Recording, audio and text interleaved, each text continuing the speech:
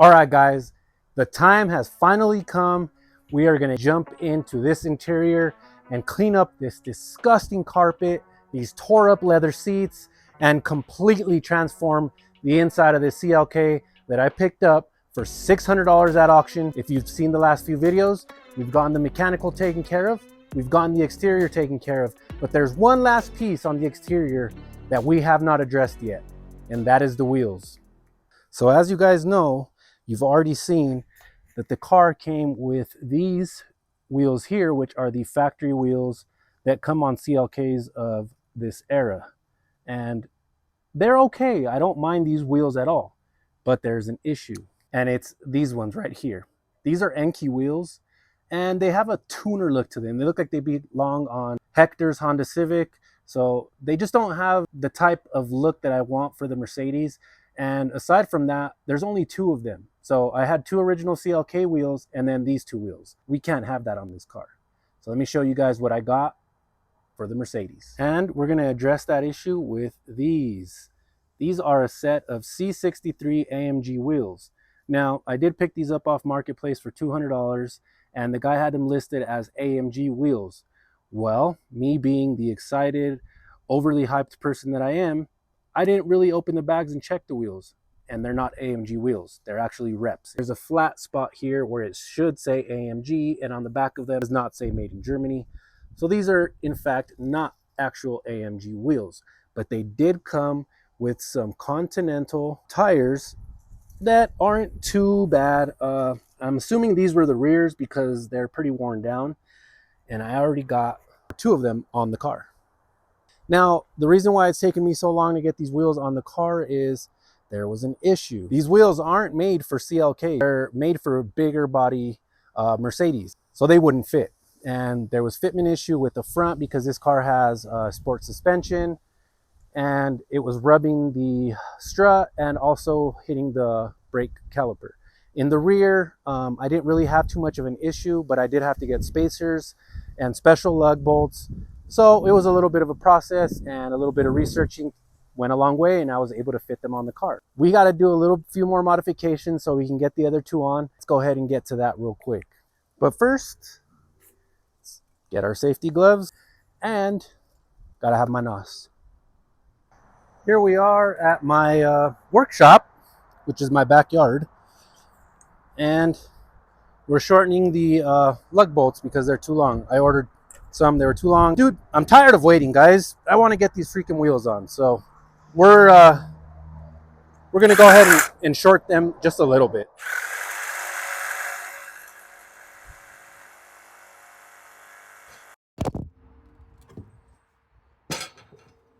We had a minor little incident there, but we're almost done cutting this. So let's continue to cut this. Oh, there we go.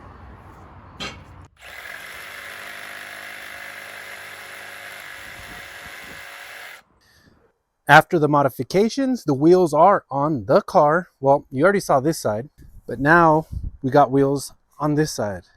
And the fitment is spot on, guys. Look at that fitment. It's like perfect. It changes the entire look of the car. More aggressive, wider in the rears. I like the way it turned out. So now let's jump to the fun part. Let's start pulling this interior apart.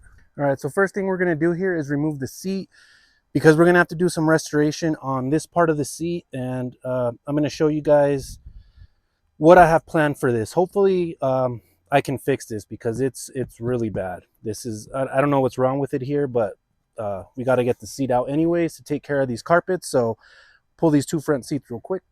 We've got 4 E12s to take the seats out. So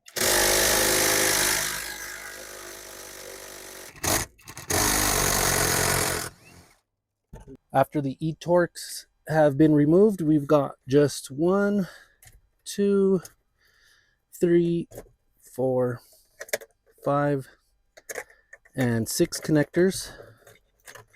Then you can fish this entire harness out from under the seat, and now your seat is free to come out.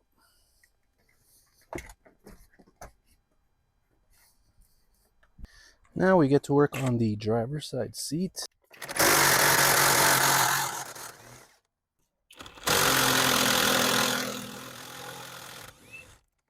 Two.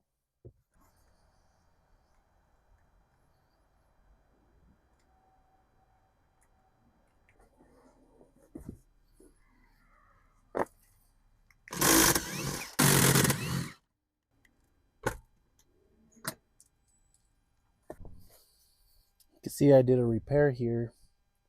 We had an airbag light and I had to splice these wires here so it would work. Adios. This connector on this side. And since I can't disconnect this wire here, well, I guess I don't have a choice. We're just gonna have to resplice that. And then I gotta pop this off here.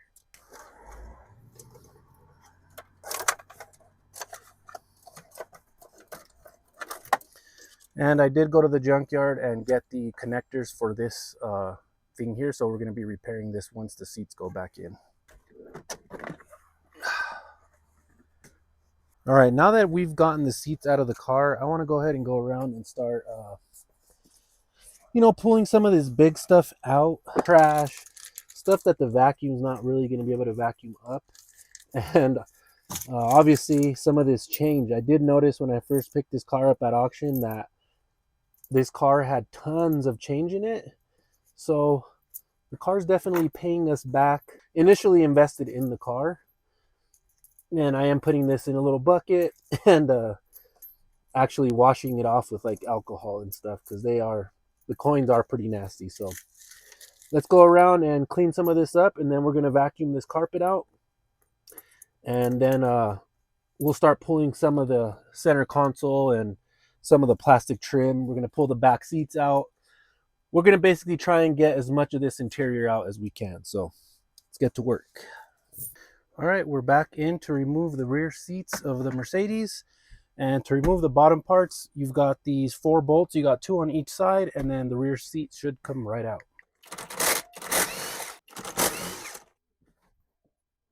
After you remove those 4 bolts, you got to lift up this mat here, carpeting, whatever, and you got 2 more bolts that are holding these straps to the bottom of the seats. And all of these nuts are 13 mils. And with that, the seat is now free to come out. I didn't want to take this rear carpeting out, but it is got some nasty gooey stuff on it. So you got these 2 plastic nut / bolt things, and they just twist off. And I used a 15/16 wrench. Come right out, and there it is. Something I wanted to bring up really quick is another issue we're having with the Mercedes is the trunk latch is not working from the door and also from the remote. But when I come to the emergency popper, the latch is working. The wiring that runs from the actual switch in the door panel up there, and then obviously something with the remote, it not getting the signal to pop this. I did buy a power probe, so we're going to go ahead and dive into that, but we're not going to do that just yet. I did remove the plastic trims that go on the trunk lid arms just to get access to the wiring, but we'll get to that a little bit later on in the video. I just wanted to let you guys know about that. So next we are going to start pulling these door cards and that center console.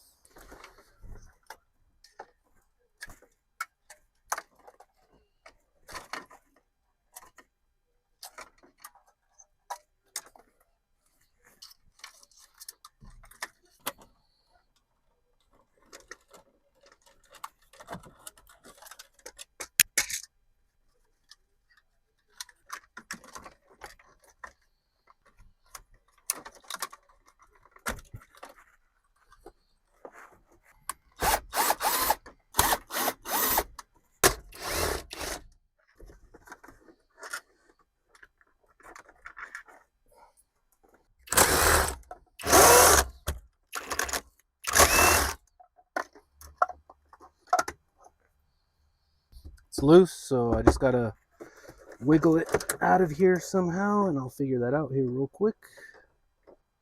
Well, as you can see, the center console is out.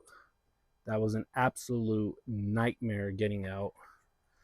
But now I can do some stuff that I've been planning to do and clean up this disgusting mess. I mean, this is just ridiculous. Why anybody would do this to a car to install a stereo is beyond me, but we're going to definitely fix all that. And I am not too happy about it, but it is what it is. So.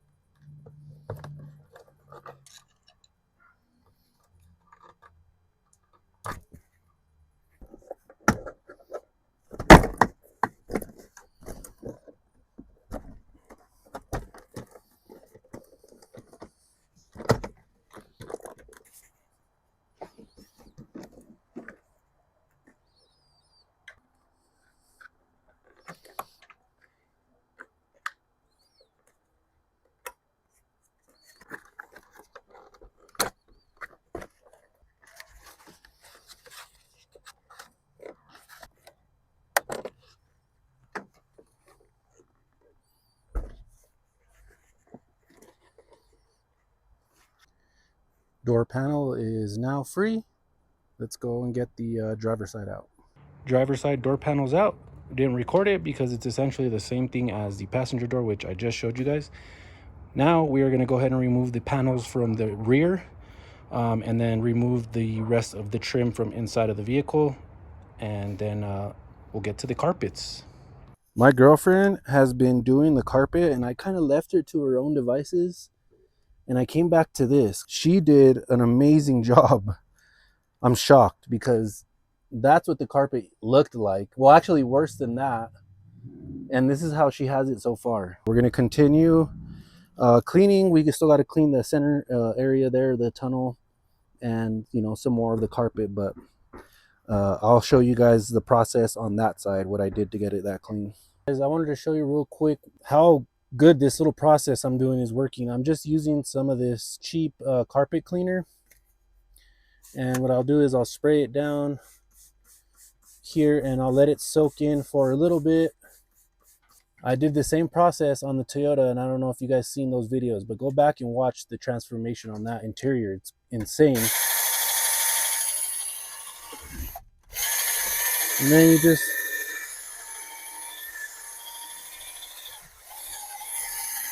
just hit it with the drill brush, agitate that cleaner into the carpet, and then I'll just spray it down with water, and I'm going to show you guys with my extractor how much nasty dirt it pulls out.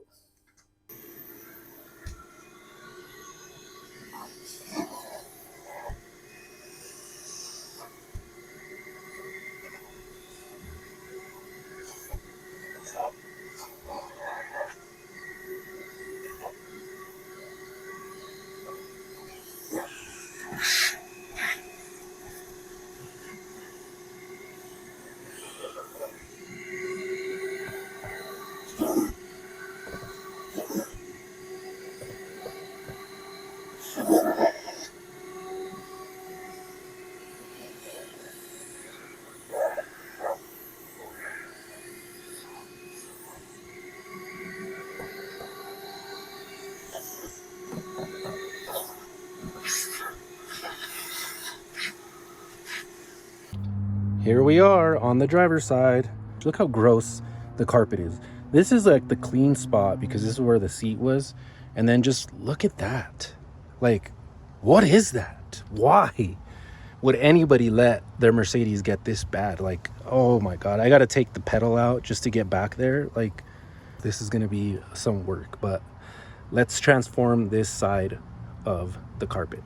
Oh yeah, and by the way, this is all the change we found in the car. This isn't all of it. I do have another little jar. I found quite a bit of change in this car, at least $50 worth of change. Definitely got a little bit of a return on our investment back. Just a quick mention here, guys. I just want to shout out Milwaukee. This light right here is just absolutely badass. It's just sick. Look at this. It has different modes. But look, if I turn it off, nothing.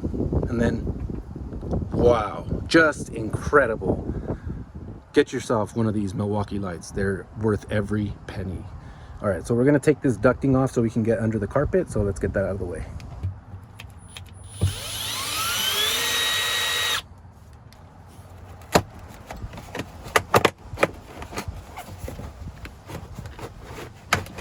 It's a little hard to get out, but just clipped in place and then it'll come right out. Oh look, I found more change. 20 more cents. So I lifted up this carpet here and guess what I found, guys? More change. This is ridiculous. I mean, every crevice in this car has change in it. But I'm not complaining. It is money. All right, here's a quick little tip, guys. Before you do any kind of carpet shampooing or anything like that, you definitely obviously want to vacuum the carpet up and get any dirt. But I would always recommend using a drill brush and just to loosen up any of the embedded dirt. It'll just make the cleaning process a lot better and easier.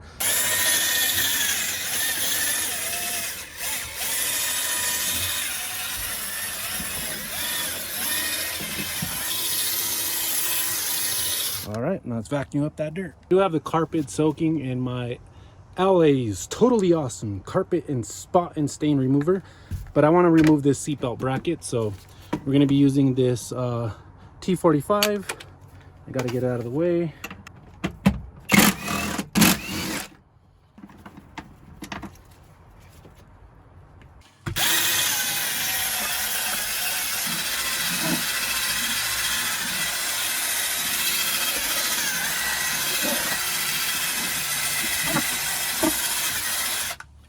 For these tighter little areas here, I got a smaller drill brush, so we're about to switch over to that one real quick.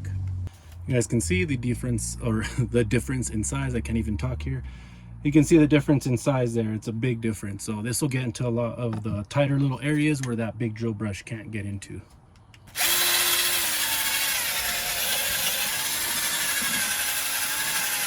I will be removing the back paneling, all of this stuff, and the back seats, but we will be doing that in the next video, guys. We've drill brushed and let our stain and our Dawn dish soap settle into the carpet. We are just gonna soak it with water and then hit it with the extractor. And we'll see what the results are after.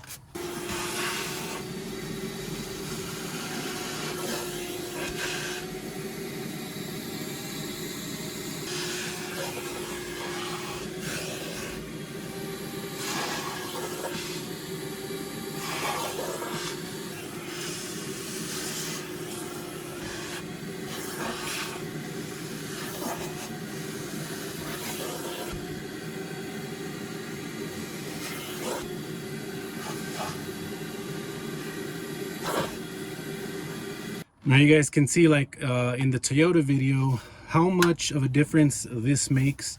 You don't need to go and buy yourself one of those big fancy $300–400 extractors. You just need a really good shop vac. I have the Rigid Pro Pack, which is a very good shop vac, and then I bought this extractor head from Amazon. And if you guys want, I'll leave a link in the description so you can go and get yourself one of these. But I did notice the only downfall is the size, so I think I'm gonna look for a smaller one to get into these smaller areas, because it doesn't extract as good if it doesn't have a flat surface to pull against. But you definitely want to make sure that the carpet is very wet so that it actually pulls these stains out. All right, well, I have pretty much extracted the death out of this area, and I think this is as good as this is going to get here. Just for comparison, this is an area that has not been extracted yet, so you can see the line there.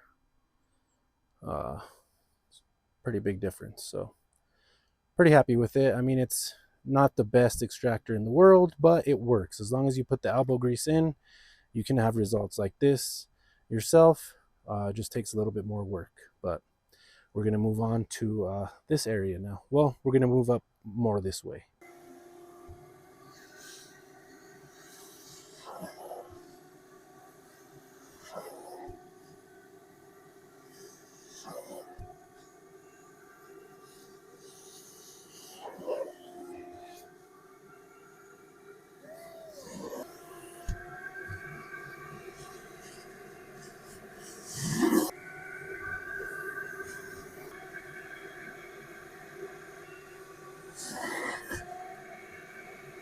Welcome to my little workshop slash shed where I am very cramped, but I don't have anywhere else to work on the interior for the Mercedes. So this is where we're at. We're just going to have to make it work. But as you can see, I am surrounded with Mercedes interior parts, and we have a little bit of cleaning to do on the driver's side seat. I'm going to be showing you guys how that's done. Let's get to work. First thing we need to do is clean the seat. If you look at it, it's absolutely disgusting. I'm going to put my gloves on and get to cleaning this thing. It is really gross. I mean, just about every inch of this seat is disgusting, so we need to clean that. All right, so I've removed the plastic from the seat, and it was sort of a pain to get off. There's just plastics that come off the seat everywhere. This is broken, so I'm gonna have to epoxy it together. But this is the problem I have when I decide to clean something.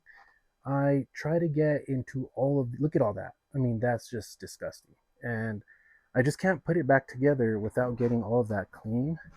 But let me show you guys I'm using to clean in these tight areas. And this is what I'm using here. I bought these on Amazon. They're straw cleaners for, like, you know, your Stanley cups and water bottles. And what I do is I just take these, just shove it into the cracks and underneath all of these crevices, and it cleans everything up. And obviously, before I put everything back together, I'm going to re-grease the entire seat just so it's smoother operation. But I wanted to show you guys how far into the seat and in depth I'm getting on cleaning these. I also cleaned a little bit of the side bolster with some of the leather cleaner I have, and I'm using Chemical Guys. I got this little kit off Amazon as well, and it's working really great. We're going to also re-dye the seat right there. You can see there's some wear on the bolstering, and I'm going to show you guys the kit I have for that as well. All right, I am done restoring this plastic. So let's go ahead and install it back. I've already cleaned all of the railings. Obviously, I still have to grease it all, but I just want to get these screws installed.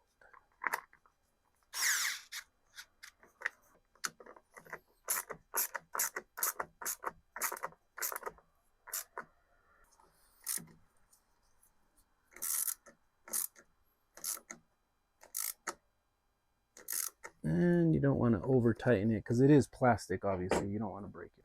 But look at that already. What a huge difference just in this area. Well, unfortunately, we are out of time. That is going to do it for today. Thank you so much for watching. As you can see, we still have quite a bit of work left to do. And in the next episode, we will continue with the seats, restoring the door panels and the interior trim pieces as well. I did receive a pair of rear and front control arms, so we will definitely be getting into that. If you guys liked today's episode, don't forget to hit that thumbs up. Subscribe if you haven't already. It's a pretty good channel. And share it with your family and friends if they enjoy watching automotive content. Really do hope you guys enjoy watching these videos just as much as I enjoy making them for you. We still got a lot to do on the Mercedes. I hope you guys will tune in next week for another episode. Like always, get out there and work on something. I hope you guys have a wonderful day, and I will see all of you guys in the next video.